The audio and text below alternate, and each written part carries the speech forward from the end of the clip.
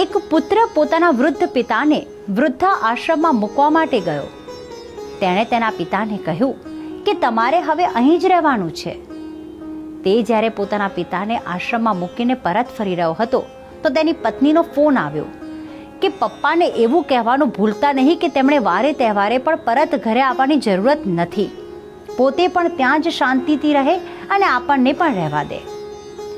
પુત્રને થોડું દુઃખ તો થયું, પણ તે પિતાને આ સંદેશ આપવા માટે આશ્રમ પરત ફર્યો. તેણે પાછા જઈને જોયું તો વૃદ્ધા આશ્રમમાં તેના પિતા ત્યાંના મેનેજર સાથે હસી હસીને વાતો કરી રહ્યા હતા, જાણે તેને પહેલાથી જ ઓળખતા હોય. તે પુત્રને આશ્ચર્ય થયું.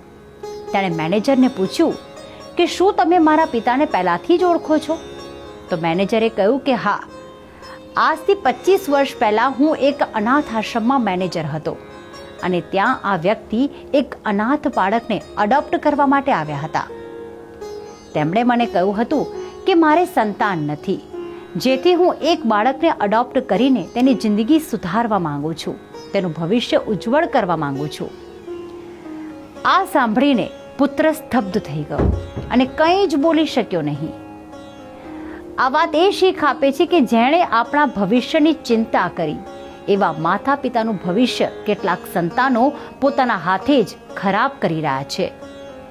જે સંતાન આવું કરે છે તેને કઈ પરિસ્થિતિ માટે તૈયાર રહેવું જોઈએ, આ સુવિચાર દ્વારા સમજીએ.